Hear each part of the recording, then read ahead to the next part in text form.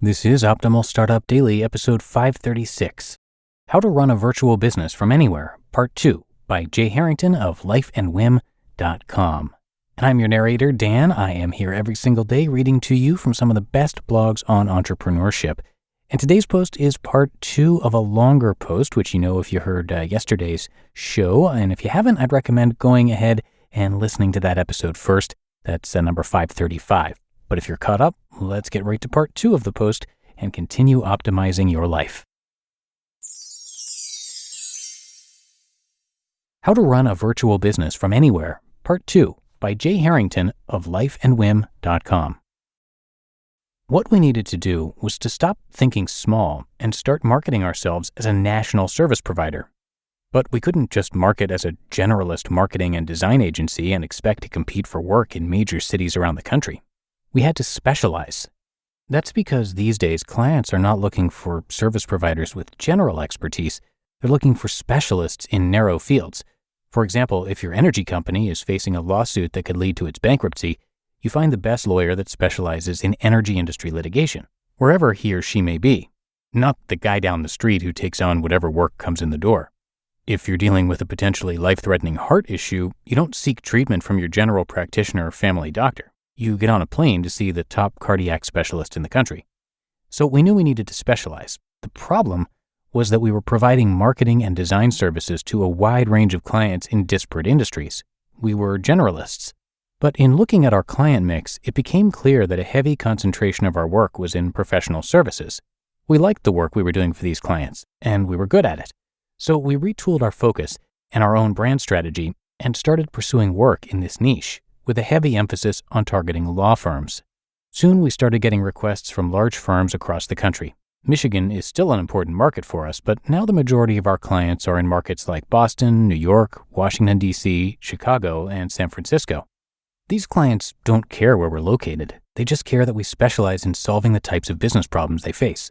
In fact, many of them appreciate the fact that we operate with low overhead from a small town in Michigan, because it allows them to receive high-end work product at reasonable rates relative to our competitors in, for example, Manhattan or Los Angeles. The lesson here is that if you want to start a virtual business in a small town, you have to think big. And to think big, you need to carve a niche for your business. Specialize in a narrow domain and you can compete for clients anywhere. It's not as hard as it might seem. Within a year of adjusting our strategy, we had developed an active national client base. You just need to be strategic and go for it. Start with a simple analysis. For most virtual businesses, potential areas of expertise to pursue can be identified at the intersection of interests, experience, and market opportunities. So ask yourself 3 questions. 1, what type of work do I like to do? 2, what type of work am I good at? And 3, what opportunities exist in the marketplace? In other words, are people buying what I'd like to sell? If you can determine what you like to do, what you're good at, and where market opportunities exist, and then find some commonality among them, you'll be in good shape when it comes to carving out a niche for your virtual business. Leverage technology. To operate virtually, you'll have to be very comfortable and adept at leveraging technology to run your business. Fortunately, all the tools you need are prevalent, easy to use, and affordable. Cloud computing has made it all possible. Here's what we use and recommend. 1. Email and calendar. We use Google Apps for our email and calendar. It's cheap, reliable, and easy to use. 2. Collaboration. For intra-office collaboration among employees, we use Skype. It's free, and since we use the on-screen video, it allows us to see each other, which helps us stay connected in a virtual environment, and also forces us to shower and get out of our pajamas before work. For client collaboration, we use Uber Conference for video conferencing, conference calls, and screen sharing. 3. Project management. We've used different tools here, but probably like Basecamp best. It's simple and intuitive and allows for lots of collaboration with clients. 4. Server. We use Google Drive as a virtual cloud server to store and back up all of our files. It's affordable and reliable and provides us with unlimited storage, which is important since many of the design files we work with are very large. 5. Software. We license the Adobe suite of design software. It's expensive, but is cloud-based, so we never have to worry about upgrading to the latest version and dealing with DVDs. We use Google Docs, which is free, for all word processing needs. 6. Note-taking. Evernote is our go-to note-taking and idea collaboration tool. The basic version is free. 7. Phones. We've used a remote answering service in the past, but we're transitioning to Grasshopper, which is a virtual phone system and costs about $25 per month. And 8. File sharing. When files are too big to email, we use Dropbox or WeTransfer.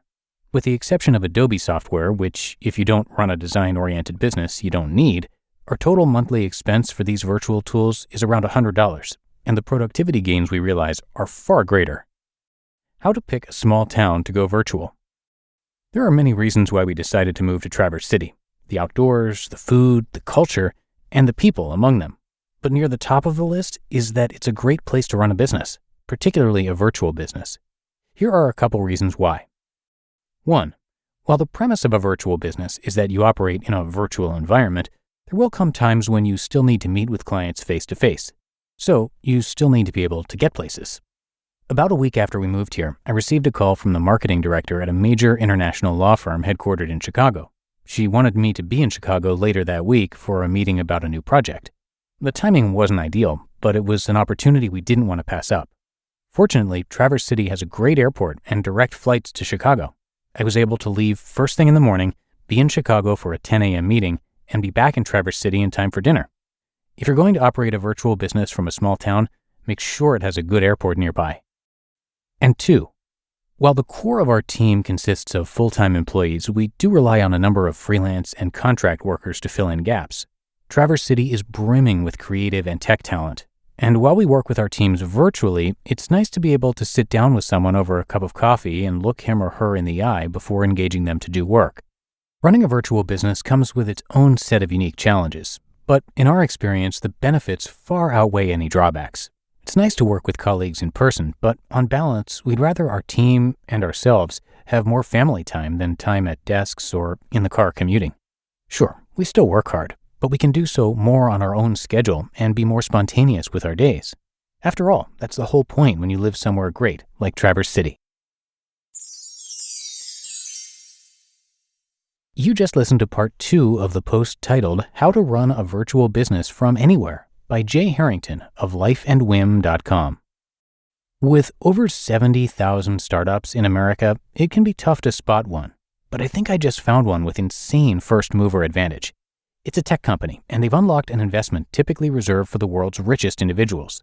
They've got over 350,000 users and have been featured on CNBC, Forbes, and Bloomberg. Since 2017, they've sold 3 of their investment offerings, each realizing a net annualized gain above 30% for their investors. This is not an indication of their overall performance, and of course, past performance is not indicative of future results. But still, the numbers speak for themselves. It's a company called Masterworks. They securitize blue-chip artwork, not NFTs, but multimillion-dollar paintings from artists like Money, Banksy, and Picasso. And I've decided to partner with them and even got all of you VIP access to Masterworks. That way, you can check them out for yourself. Just log on to Masterworks.art/OSD for VIP access. That's Masterworks.art/OSD, and see important Regulation A disclosures at Masterworks.io/CD. And thanks again to Jay for this 2-part episode. The biggest lesson that he and his wife have learned through their pursuit of simplicity is that no matter what your circumstances are, where you live, or what life is thrown at you, you can live a happy life on your terms. Nothing is stopping you other than your own limiting beliefs about what's possible, and that's what Life and Whim is all about. They started it as a way to express their creativity and share what makes them happy. For Heather, that means creating artwork and products that bring happiness to homes across the country. And for Jay, Life and Whim is an outlet to write about living an intentional life. For their community and readers, it's a place to come together and explore what really matters. So come check out what they have to offer. You can visit them both at lifeandwhim.com. But that does it for today here on Optimal Startup Daily. Thanks for joining us for this 2-part episode, and I'm going to see you right back here tomorrow, where your optimal life awaits.